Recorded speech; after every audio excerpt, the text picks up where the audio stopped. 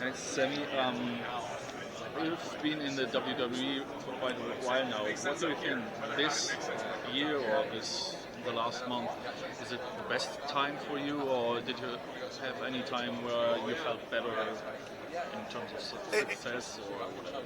It's just hard to say better as a concrete word, because some things are better in some ways and worse in others. You know, everything's got its pros and cons. However, I'll say that this has been some of the most fun I've ever had.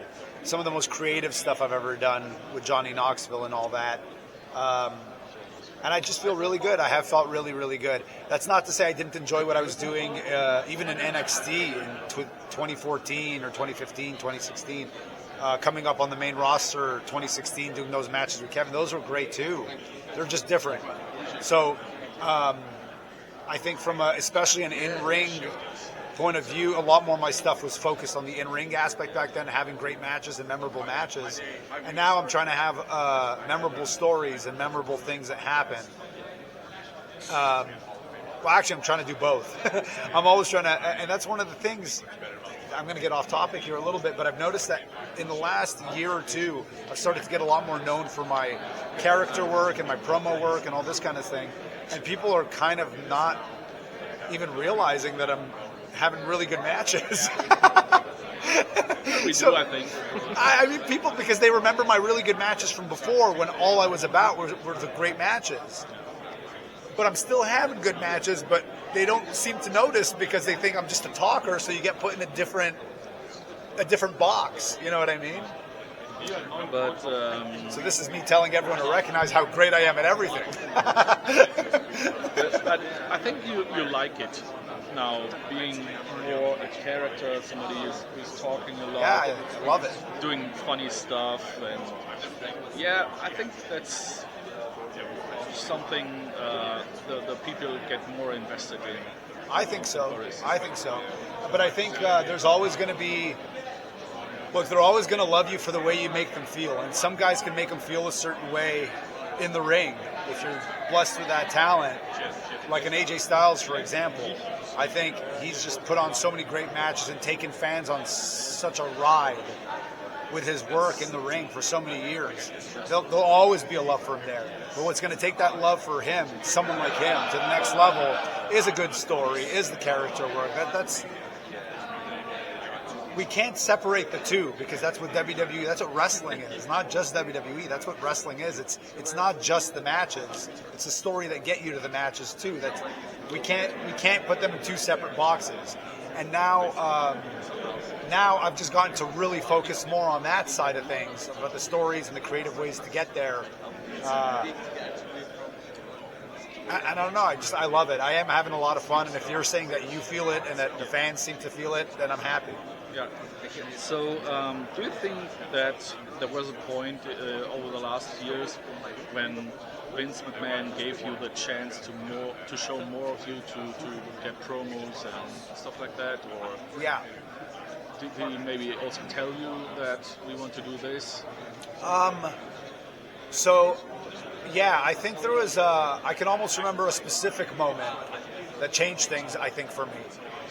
And it was at a strange time in my career because I had just come back from surgery, maybe. I'm bad with the timeline sometimes, but I was wrestling, I was doing my thing, and then somehow I got paired up with Shinsuke Nakamura because he was the Intercontinental Champion. And Nakamura is unbelievable, but he has the one restriction of the language barrier, which hurts sometimes when you want to develop a story. Somehow I ended up with them, so I guess they already had the inkling that I was I guess I was already a bad guy at that time and had already gotten some significant mic time. But then I was doing this thing where I was kind of just managing him. And I was a little concerned at the time because I was young and still healthy, and I think I still am. I still have a lot of great things to offer, I think. And I was a little worried, like, are they just turning me into a manager? Because that's not what I am. You know, I'm a wrestler. But actually, it ended up, I think, being one of the best things for my career because they handed me that microphone every week, and they were pleased enough to keep handing me that microphone every week. And I remember there was one week in particular where I didn't even have the microphone. I actually was a guest referee for... Actually, no, I'm so sorry. I messed up the timeline. This is what led to me managing Shinsuke Nakamura. I was still doing this stuff with Kevin. So me and Kevin were bad guys. He was wrestling Seth Rollins at the time, he was a good guy. I was just a guest referee. And I don't know what I did as a guest referee, but my energy or whatever it was, they just thought was so comical. And they just thought there was so much personality coming out there that they just saw the right thing at the right time. When I got back, a few of the executives or the higher ups were like, "My God, you have so much to offer. You can talk. You have this personality. There's a lot here." And I think that's what led to the stuff with Nakamura.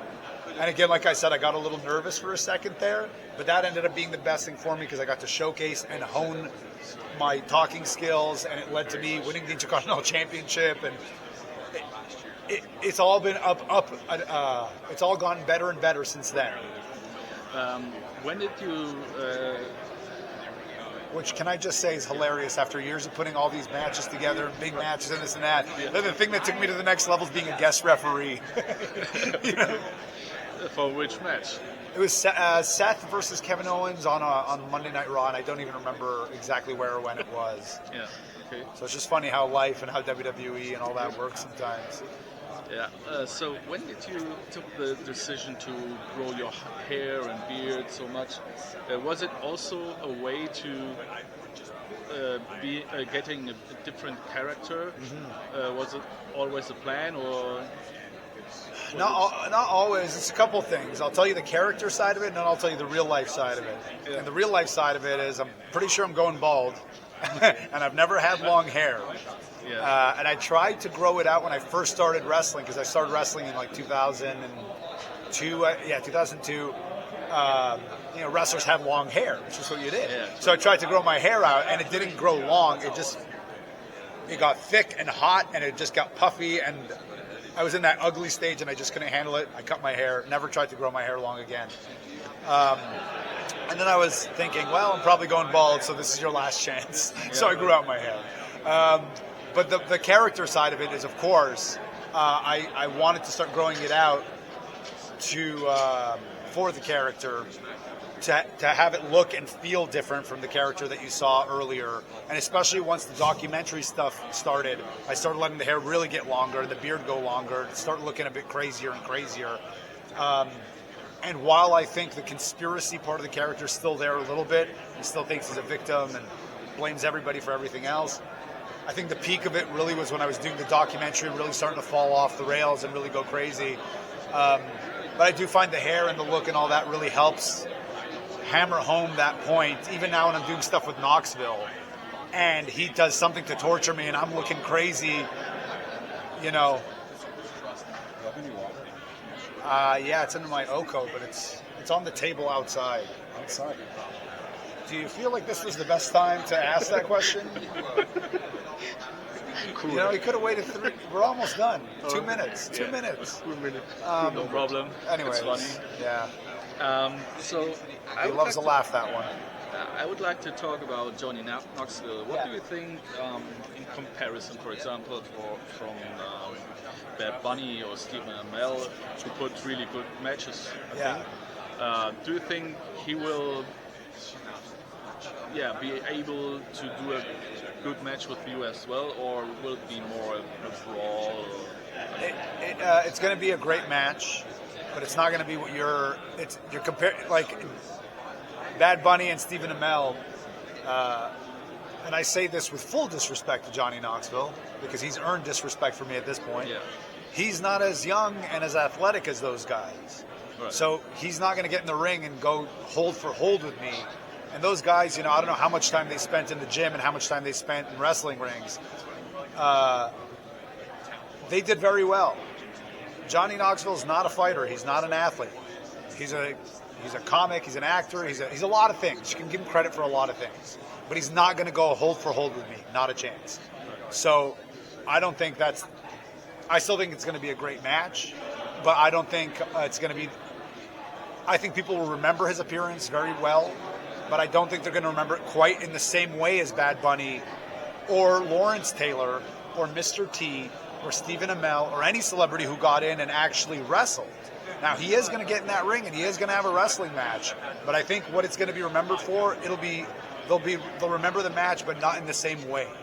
if that makes sense. Yeah, sure.